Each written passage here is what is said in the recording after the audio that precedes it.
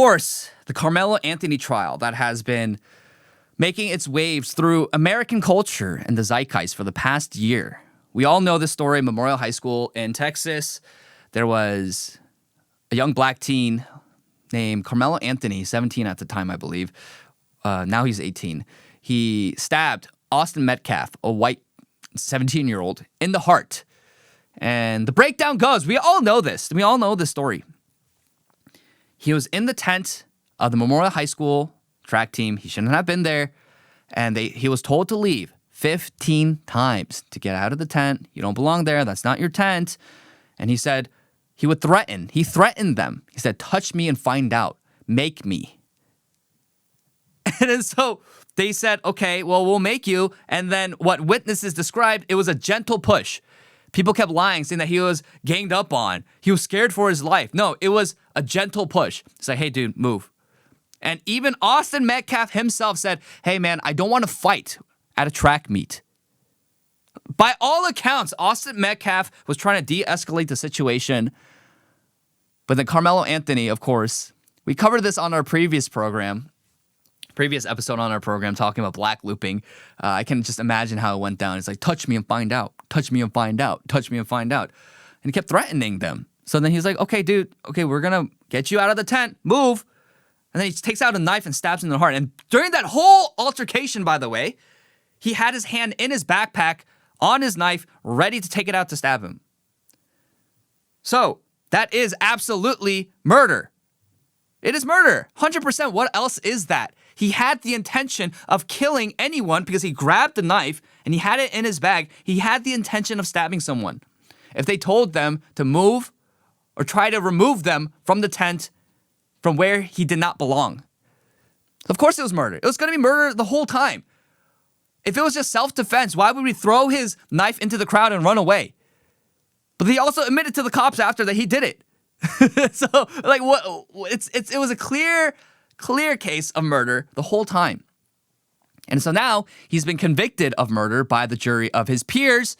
By the way, people keep saying that the jury was all white. No, it wasn't. You had a Muslim person, you had an Indian person, you had an Asian person. It wasn't all white people. So it was a very diverse group. They're like, oh, there's no black people on it. Yeah, because the prospective black jurors said themselves that, oh man, I don't think I could, he's like my kid. I don't think I could convict him. Like, obviously you're not going to have him on the jury. Are you stupid? Why would you have someone who openly says to you that I'm not going to convict this person regardless of the evidence, even if the evidence all points to the fact that he murdered Austin Metcalf? I'm not going to convict him. Man, he's like my son. All right, then don't be on the jury. Of course not. It's not like they're trying to select an all-white jury to be white supremacists. But this is how they think. It's such a deeply unserious way to think about politics and the way that things work. But of course, we see this article, Karmelo Anthony found guilty, sentenced to 35 years in prison. He's going to prison. Now, what I believe is that 35 years is not enough. Of course it's not enough. They're going to reevaluate whether or not he is able to go on parole after 17 years. Well, 17 years is all Austin Metcalf had to live. He had his whole life ahead of him. His whole life. And he killed him in cold blood. And just because they felt bad for him or something, 35 years, he should get life in prison. At the very least. But the just punishment actually would be the death penalty. Karmelo Anthony knew exactly what he was doing in that moment. He planned on killing Austin Metcalf in that moment. We need to get away from this soft on crime policy because all it does is it incentivizes people to continue to commit heinous acts of murder, to exhibit violent behavior with impunity because, oh yeah, well, if I do so, nothing's bad's really going to happen. But remember, especially if you're Christian, Romans 13, the state exists to be a terror to those who are wicked, to the evildoer. And then so the more that you withhold appropriate measures of justice from the most sinister and evil in society, no, you actually don't help them. You don't help us. It actually corrodes society, destroys trust in society, and more people have to suffer like Austin Metcalf did and the Metcalf family. So we need to be harsher on crime, and actually, we have an under-incarceration problem. That's not racist. It's called being logical and common sense. If you constantly create an environment where people are incentivized to commit heinous acts of murder, violent crimes, because they'll get off easy, they're going to keep doing it. Of course. That's just how people are. We're motivated and we act accordingly to the incentive structures in which we abide in. Okay, that's just a reality of human nature. So if you create a system where people are incentivized to commit crime because they can get away with it and they're not punished severely, yes, you're going to see more cases like this. If you want to see less tragedies like this, enforce the law and administer the highest level of punishment possible. This is not just some kid who, I made a bad decision in a moment. I'm sorry. He had a knife in his backpack. He reached for it. He had it in his hand the whole time during that altercation. All he had to do was get out of the tent. It's so preposterous. They're like, are you saying that being in a tent is more important than not being in a tent? That's more important than the human being's life? Can we be serious right now? Let's be serious. The level of politics by these liberals and these black people is literally goo goo gaga, doo doo dada. The level of political understanding of toddlers. I should be able to do whatever I want, and you can't tell me otherwise, or else you're a racist and you hate me because you hate black people. What? No. If you don't belong in a tent, if that's not your team, and you're asked kindly 15 times to get out, get out! You are not entitled to everything and anything under the sun. Who do you think you are? It's so preposterous. We don't hold this standard for any group of people. How do we know this? The black community says, if a white person moves in to a black neighborhood, it's gentrification. Oh, so someone who buys a home or an apartment unit with their own money, they're not allowed because it's gentrification. But a kid who goes into a tent that's not his team and is asked politely 15 times to get out and doesn't get out, and he keeps threatening them, touch me and find out. A minor shove. It wasn't even like a push to the ground. It's just like, hey, dude, get out. This. If you've ever been in any of these altercations, it's just a minor shove. Hey, dude, get out. And it was never really a skin color issue to begin with because Austin Metcalf's friends who were black chased down Karmelo Anthony. But it became a skin color issue. It became a race issue. Why? Because of the response from the black community. All they have to do is condemn this act. All they have to do is condemn murder. But they can't do that. They literally cannot do that, which is so insane to me. This is not even a case of maybe there's room for debate and misinterpretation because a white cop had his knee on a black man's shoulder/neck. Like we saw George Floyd. You see that video, you're like, oh, shoot. Yeah, that looks bad. So that's understandable, even though they're wrong, because he was already saying that he can't breathe before Derek Chauvin had his knee on George Floyd's neck. And then his autopsy reports show that he had enough fentanyl in his body to kill him 4 times over. But even then, it's like, okay, you don't know the scenario, you don't know all the facts, it's fine. Okay, understandable. What is there to misunderstand about this case? He stabbed Austin Metcalf in the heart intentionally. He was the perpetrator. He was not the victim. Yet they're acting like he was the victim. It is so crazy. Just because he's black, he's the victim. Just because someone is black, in any case where they're even the perpetrator of murder, oh yeah, he poor kid. The system's out to get him. Are you kidding me? These people really think that Karmelo Anthony is the victim in all of this, not Austin Metcalf, who is dead, and his family. Now, rest in peace, Austin Metcalf. I know he's in heaven. It's a Christian family. They're a loving Christian family, but no, they're not the victims. It's actually Carmelo Anthony. Like, do you see this perversion of justice that's happening right now? This is why I say that leftism is gravely evil. It is evil. It's not just a difference of political solutions. It's not a difference about marginal tax rates or public policy. No, these people are evil. They're genuinely evil. They grieve with murderers and rapists if they are the appropriate skin color that they deem to be marginalized in society. And then if you're white or East Asian, oh, they do not care. They literally do not care. If you're white or East Asian, and if you're a victim of a murder or a crime, they shrug their shoulders and they're like, well, who cares? But if you're black or you're brown and you literally commit the murder, oh, poor kid. Wow, the system's so out to get him. This is so terrible. This is evil. This is evil. Your mind is so warped, your perspective is so warped that you can't even say that one of your own, if they're a murderer, that they deserve to be condemned and punished to the fullest extent of the law. I'm able to do that because I'm not a psychopath. If a Korean's going around murdering people in cold blood, dude, lock that guy up for life, at the very least. But yeah, he should get the death penalty. People like that are not, they can't belong to polite society. We can't have a civilization if we allow murderers and rapists to run rampant. But that's literally how these people think. This is how liberals think, but this is also how a huge swath of the black community thinks. That just because you're black, you should be able to get away with all of this. Like, that's literally what they think. And that's what we learned in their response to all of this. So, of course, we had at the trial, there are a lot of protests.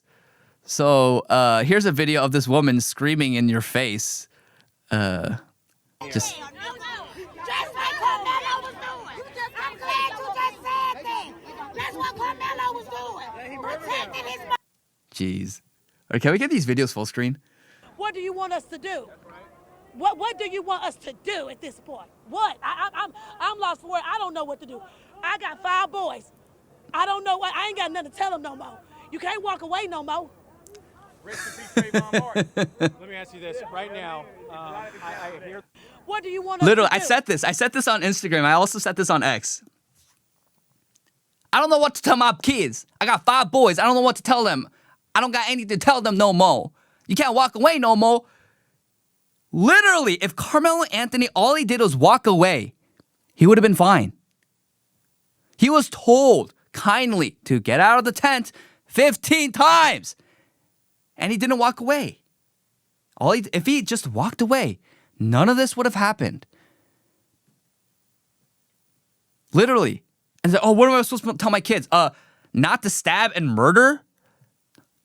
Have you thought about that? Not to have your hands on the knife and get ready to stab someone if someone asks you to leave their tent? Have you thought about that? Have you thought about not being violent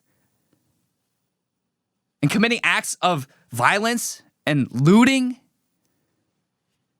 Brutalizing innocent people? Have you thought about that? Like telling them not to do that? I mean, the fact that you cannot do that is so crazy to me.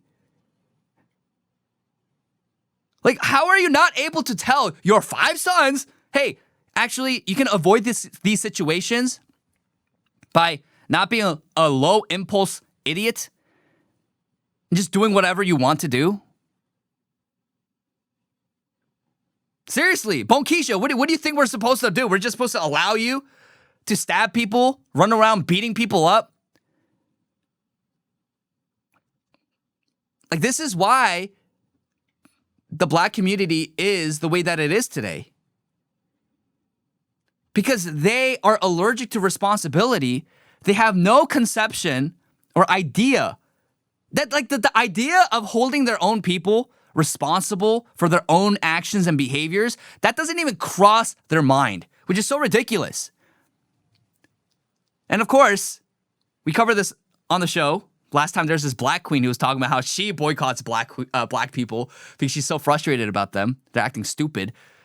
Yeah, those people get called coons. I mean, it's just the amount of black people I've seen call my black friends online coons. Oh, there's so many coons. Oh, this coon behavior. It's so unbelievable. Just for the sin, quote unquote sin, of saying, hey, maybe if we taught the next generation of black people, the black youth, our community by and large, not to commit acts of violence if they feel offended, maybe not just be low impulse rats who just don't even think about the consequences of their own behaviors, thus killing people, stabbing someone in the heart, beating someone up just because you feel like it. Hey, maybe we shouldn't do that and encourage that kind of behavior and defend it just because they're black. Oh yeah, they're called sellouts and traitors. It's so unbelievable. Like this is exactly why it is the way that it is. Do we have another video? Another video? I think we have one more video right here. Look at this. Look at the response right here. My lives don't matter. I'm saying that. Because y'all want to play these games. Y'all want to play these crackhead games, so I'm going to play them. Fuck white lives. How about that? How about that? I hate white people. I like pussy. The hungry, crackhead, redneck pussy. That's the one I hate. Yeah, I know.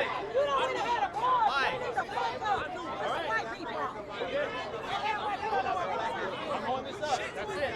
Holding on. I'm just a guy holding this up. You know why people are talking to you. You're acting surprised because you're black and stuff with a white person. You know why they're just holding a sign. I'm not saying. So you saw that right there. I know you saw that, chat. If you're watching this program, I know you saw that. So there's a black guy saying F white lives, F white lives. You want to play these games? Want to play these crackhead games? Yeah, F white lives.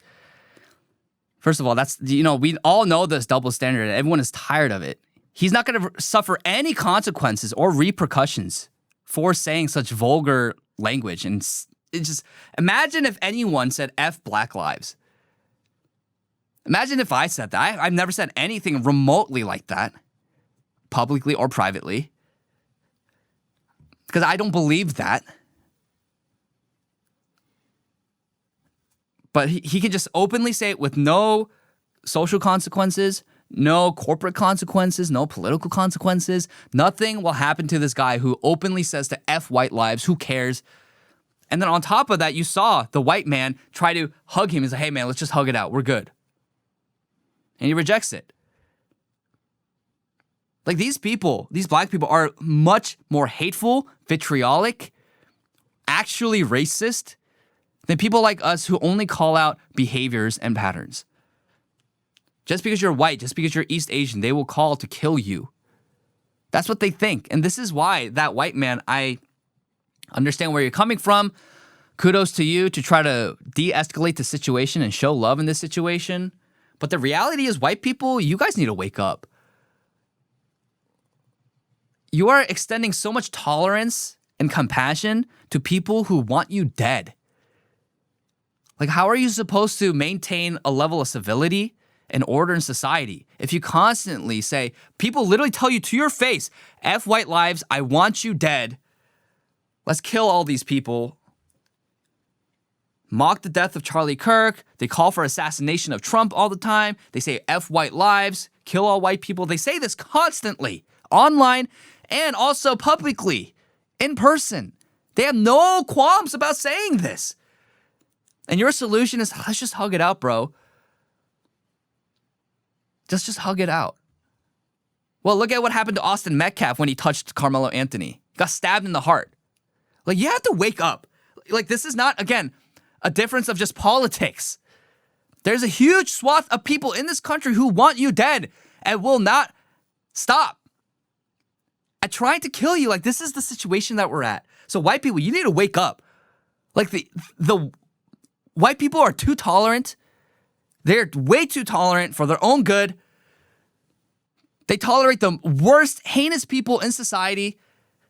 But you have to realize that because you extend that kind of kindness and grace, because you think that if I show someone kindness and grace, they'll be able to reciprocate it, that is a pipe dream at this point. We're not in a point in society where we can afford to do that anymore. There are so many people in this country, millions and millions of them, who are violent and unhinged, who will stop at nothing to kill you and your family and torment them. Again, not an exaggeration. You see these people. They say it publicly. Wake up, please, wake up. And then, of course, you had Cardi B reacting to it. Wow, just freaking wow, disgusting. This is not justice. This is just trying to make an example. And I said, yes, an example to show that you're not allowed to murder someone and get away with it just because you're black. But that's how they actually think. That's how they actually think. It's an injustice because he got convicted with murder and now he's going to prison for 35 years. How is... Yes, we're trying to make an example. That's the whole point. But how are you saying it's disgusting? Like, they have no sympathy for people who are killed, murdered in cold blood for no reason. Innocent people who are murdered. They feel nothing. Cardi B is everything wrong with black leaders. Seriously. Can't even call their own community higher. Another example, Jasmine Crockett. For a kid who had decided to go under a tent that was not his team's tent as it was raining and simply didn't want to be put out in the rain by some random kid that he didn't know who was larger than him. Listen, a lot of people don't know what it is to live as a black person in this country, but just like you can give the benefit of the doubt to so many police officers when they go out and they shoot some black unarmed person, even though they are trained, the fact that there was little to no mercy seen or humanity seen when this black boy said that I was scared, or the fact 35...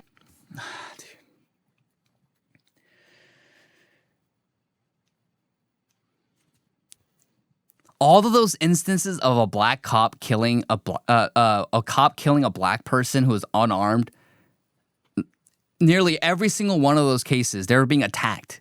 They categorize someone, even if they have a knife in their hand or weapon, they're unarmed because they're not holding a firearm.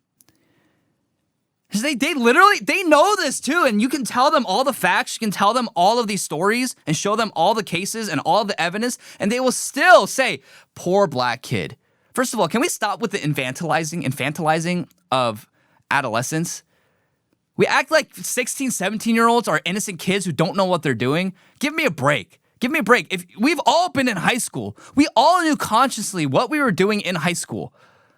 Yes, maybe we were more stupid back then and we were less mature and we were knuckleheads, but we were fully conscious and aware of what we were doing. Can we stop with the infantilizing of teenagers? Like, they know what they're doing. 15, 16, 17, 18-year-olds, they all know what they're doing. They're not kids. They're not children. They're not young children who are innocent and they don't know what they're doing. If you're 5, 6, okay, maybe. Yeah, maybe. If you're 4, 5, 6, 7. Oh no, don't do this. Like, yeah, maybe you don't know what you're doing. But he was 17. He knew exactly what he was doing. He knew exactly what he was getting himself into. Oh, he was larger than him. He was scared. A scared person does not provoke the other person. Touch me and find out what happens. Touch me and find out what happens. It's just, they will excuse anything, any violent behavior and murder as long as they're black. It is so preposterous. They always talk about George Zimmerman, who killed Trayvon Martin. Did you see? Look at the photos and the videos of George Zimmerman. He was bloodied, beat over the head. And then he shot back in self-defense. Oh, poor kid. Like, at a certain point, you just have to understand, like, we cannot share a society with these people. We cannot share a society with these people. They will justify, celebrate, and look over murder. And then they will say that black people are the true victims in all these situations. And then now you have all these black people online saying, stop sending your kids to these white schools. We should have stayed segregated. And then right here, oh, this Karmelo Anthony verdict being found guilty after a Chinese man was found innocent after chasing a black kid down and killing him should tell you everything we need to know about what our priorities should be in these United States. It's like they don't care about the evidence. Whatever suits their narratives to cry victim constantly and play grievance politics about how oppressed they are by all metrics, by every single measurable way that we can judge and assess society, black people are given advantageous preferential treatment in our court systems, in education, in hiring practices, even in social repercussions. I get fired. I'm so evil for saying, hey, black people, stop killing Asians. I'm so evil for saying, hey, stop acting violent in public. Clean up your act. I'm such a hateful person that I get fired. But black people, when they say, oh, we should bring back segregation. Oh, actually, we should actually kill more white people. They're not hateful. Nothing happens to them. They keep their jobs. They keep their connections. It actually helps them move up in society. You saw that with BLM. The BLM founders went on a real estate splurge because they're able to play grievance politics off of the death of a black man. You actually advance in society. And the BLM founders, they bought mansions, some of them with airplane hangars, with the money that was donated to them. None of them went to impoverished black communities. And what social repercussions did they face? They're still operating. BLM, yes, in the cultural zeitgeist isn't as relevant anymore. But the temperament and the legacy of BLM still is alive, and the organization is still operating. These people don't face any tangible consequences for their actions and their lies and their deceit. So, I mean, we have a plethora of examples of people chimping out, people saying that, oh, we need to bring back violence, F white people. Like, literally, and you guys can show it. I think I feel like I'm just beating a dead horse. Really. I'm beating a dead horse. Just look at, like, this video, for example. Fuck her on I ain't worried about right that. fuck you. You gonna die. Quit, dude. You on jury? When you on jury? No, he wasn't. He wasn't. You on jury selection? He wasn't. You was on jury selection? No, he wasn't. Oh. So in this scenario, Hey, when you on jury selection? No, you can stop playing the video. No, he. Yeah, in that video, he punched. Did we see the punch? Can you show the punch again?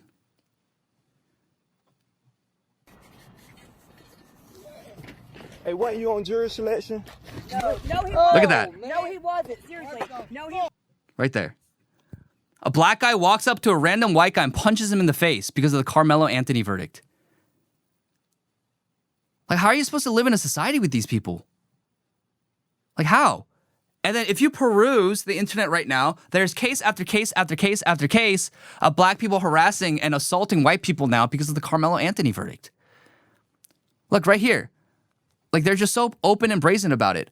F it up, F it, dig Austin Metcalf up and stab his ass again. Where's Austin Metcalf buried? I need to take a piss. She should have stabbed the twin brother too. Man, a white MF better not even smirk the wrong way today.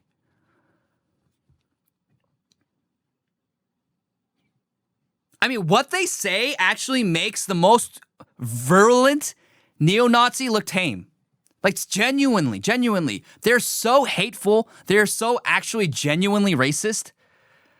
And the thing about all of this is that we're gaslit. We are gaslit about how hateful we are.